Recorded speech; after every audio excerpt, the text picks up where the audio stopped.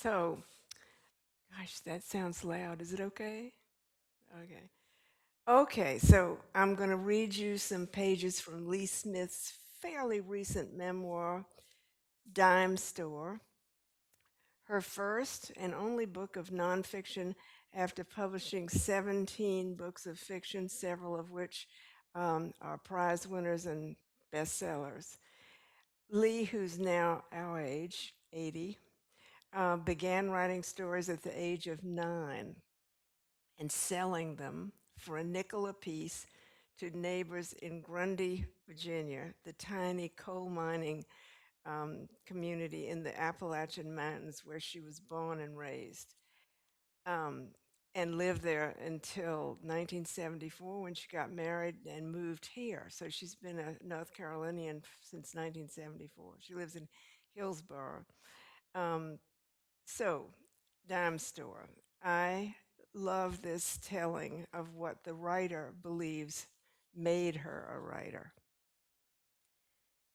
I was born in a rugged ring of mountains in southwest Virginia, mountains so high, so straight up and down that the sun didn't even hit our yard until about 11 o'clock.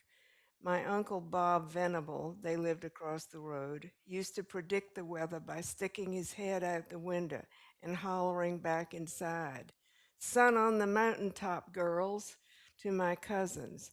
The only flat land in the county, lay in a narrow band along the river where we lived, about a mile from town. Though we all ate out of the garden, real farming was impossible in that hard rock ground. The only thing it produced was coal. We never thought of our jagged mountains as scenic either, though we all played up in them every day after school. We never saw a tourist, and nobody we knew hiked for fun. I will never forget the first time I ever saw a jogger. My mother and I were sitting on the front porch stringing beans and watching the cars go up and down Route 460 in front of our house, when suddenly one of those vistas we'd been hearing about, a long haired boy with great legs, came running right up the road. We both stood up and watched him run out of sight.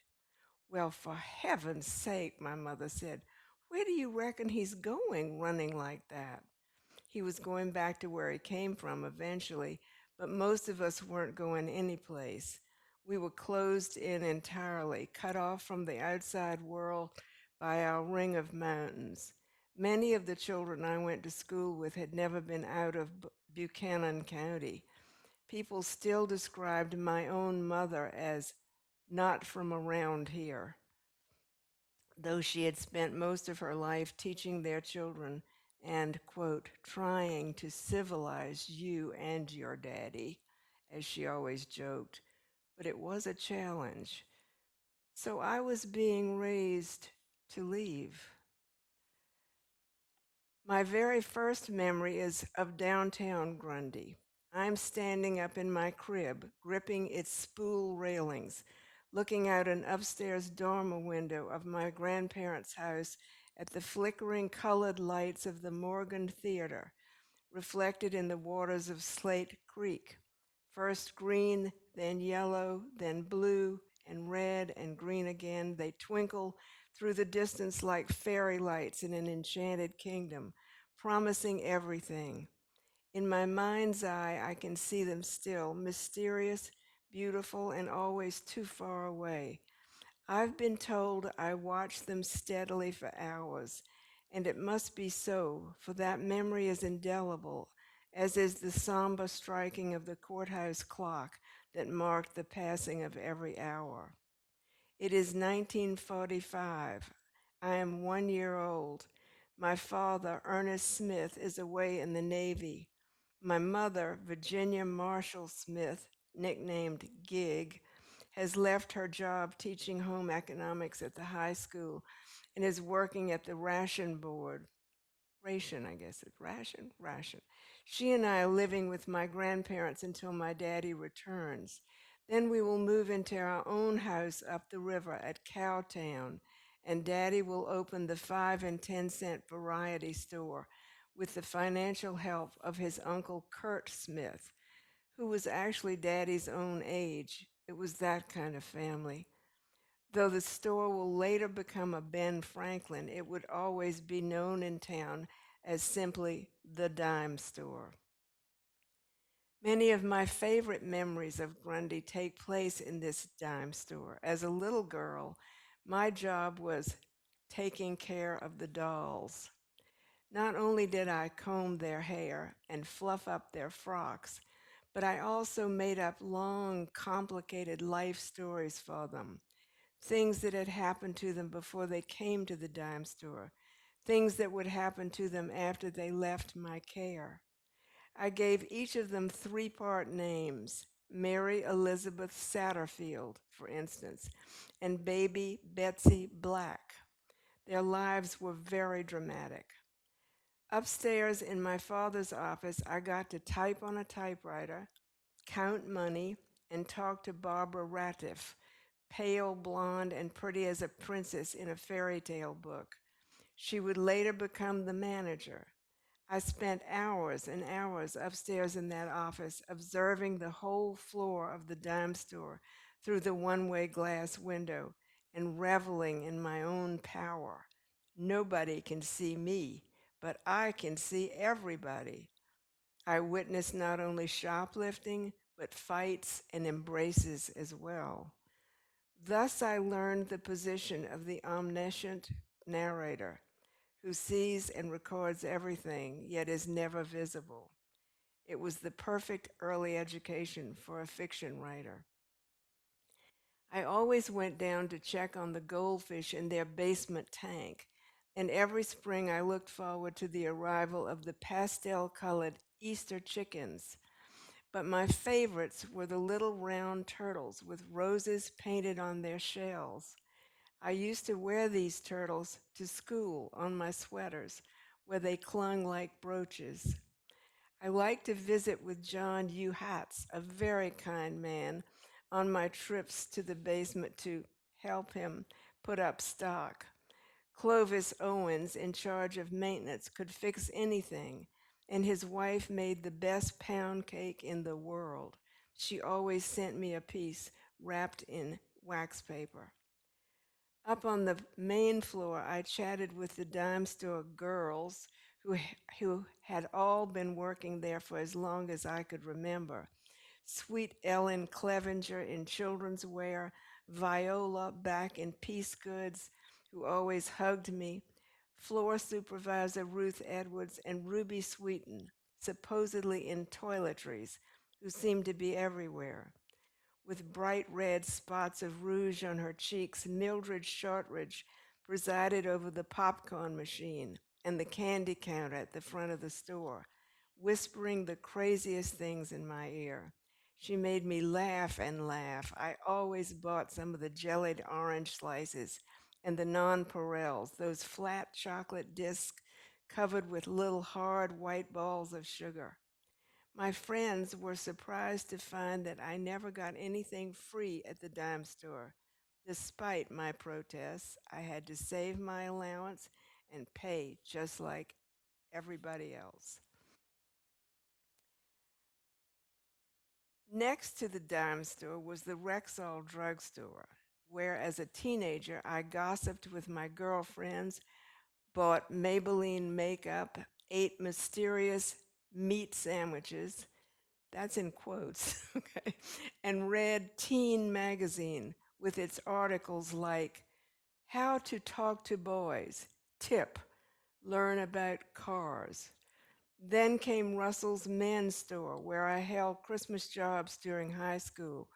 And finally, Uncle Kerr's Linwood Theater, which I attended virtually every time the movie changed during my entire life in Grundy. Here, for the cost of a mere quarter, the big silver screen brought us the rest of the world. Here we formed our notions of bravery, of glamour, of danger and sophistication, of faraway places and people like no people we had ever seen. Western theme music swelled our hearts. Our ideal of heroism came from the porch. Wait a minute, sorry. came from the stoic John Wayne. Of beauty from Jane Russell and Marilyn Monroe. Was anything ever as scary as Hush, Hush, Sweet Charlotte, or as sad as Imitation of Life? We found Ma and Pa Kettle hilarious and howled at the Three Stooges, the Marx Brothers, and later Jerry Lewis. Our first dates took place at the Linwood. Nice girls do not sit in the balcony, our mothers decreed, where we grimly held our dates' hands in a kind of death grip throughout the whole show, afraid we'd hurt their feelings if we stopped for even 1 minute to wipe off our sweaty palms. The movies taught me that place can be almost as important as personality, and that actions really do speak louder than words. Plot is all important. Beginning, middle, and end is the most natural and satisfying sequence of events. Most important of all, something has to happen. People in a movie do not just sit around thinking all the time, the way I did in real life. Mooning around, my mother called it disgustedly. From Main Street, it was only a stone's throw to our little Methodist church. With its chiseled stone exterior and beautiful stained glass windows, it looked totally different from every other church in town. Much more holy, I felt. Its slightly damp, mildewy smell was a holy smell, too, I felt. Its slightly damp, I read that, sorry. At Christmas, each child received a paper bag containing an orange, an apple, some walnuts, and a Hershey bar. In the Christmas pageant, I was first an animal, then a wise man, and finally an angel, but never the Virgin Mary. The Virgin Mary could not have curly hair. On Mother's Day, you wore a red carnation corsage to church if your mother was still alive, and a white carnation if your mother was dead, something I could not imagine. Everybody wore a corsage on Easter Sunday. Summer's Vacation Bible School featured Lorna Doone cookies and red Kool-Aid in paper cups. We made lanyards and sang red and yellow, black and white. They are precious in his sight. Jesus loves the little children of the world, though we had never seen any of those other ones. Later, at youth fellowship, we made pizza, which we called pizza pie. We had learned about it in our summer trip to Myrtle Beach. Just as I am, without one plea, we sang tremulously at revivals, where I always rededicated my life to my mother's embarrassment. A nice girl does not rededicate her life at the drop of a hat, she said. When I think of Mama, she is always at home, holding forth in her kitchen, and somebody is always there visiting. Most often it's Ava McClanahan, who helped her for years, or one of her many friends and our neighbors, Stella Burke, Margaret Pritchard, Judy Bevins, or Dot Trivet, for instance. The kitchen is filled with cigarette smoke, the smell of coffee perking, and whatever's baking in the oven. Often it is Mama's favorite loaf bread. The women lean forward over their coffee cups and lower their voices. Writing or drawing at my own little table in the corner, I perk right up. Um, Now they're going to really talk about somebody who, quote, has just never been quite right, bless her heart, or someone who is kindly nervous, or somebody else who's been having trouble down there. Down there is a secret place, a foreign country like Mexico or Nicaragua. I keep on drawing and don't miss a word. Mama takes the loaf bread out of the oven and gives us all a piece, crusty on the outside and soft on the inside, with butter melting into it. It is the best thing in the world. Country music plays softly on the countertop radio, tuned to our brand new station, WNRG. In my mind, it's always Johnny Cash singing Ring of Fire. The Lavisa River flows out back with the railroad on the other side carrying Norfolk and Western trains loaded with coal. How I loved the mournful whistle of those trains as they roared past several times a day. Often I ran out and stood there on the riverbank watching them pass, wondering where they were going. On the edge of the riverbank sat the little writing house my daddy had built for me and then had to build back again after every flood. My mother had been raised at Chincoteague Island on Virginia's far eastern shore. She had just graduated from Madison State Teachers College when she met my father at a family wedding. Her older sister, Marion, married his uncle, John Dennis, creating some kind of complicated cousins I never could figure out. As a girl, Mama was beautiful and light-hearted, silly even. She loved to dance. Daddy fell hard. With both the time and the inclination for courting, he would not be put off, arriving in Chincoteague 10 days later, only to learn that she had to leave immediately for Harrisburg, Pennsylvania, her first teaching job. She'd scarcely been there a week when, to her surprise, Ernest Smith showed up. He took a room at a local boarding house near her own rented quarters, then appeared bright and early each morning, early, to drive her to school. And at the end of every school day, he'd be waiting by the gate with a bunch of roadside flowers and a big grin on his face. This went on for months. The whole town took a fancy to it. By Thanksgiving, he had worn her down. At Christmas vacation, they eloped. Thus, Mama came to Grundy, where she taught home economics, quitting after many years to, quote, raise me. When I was little, she read aloud to me constantly. I believe it is for this reason that I came to love reading so much, for I always heard her voice in my head as I read the words on the page. She never got used to the lack of a horizontal horizon or the fact that the sun couldn't reach our yard before 11 a.m. Not enough sun to really grow roses, though her roses looked okay to me. Still, she loved Grundy almost as much as Daddy did, despite the floods that twice destroyed her house and yard. They built it all back each time.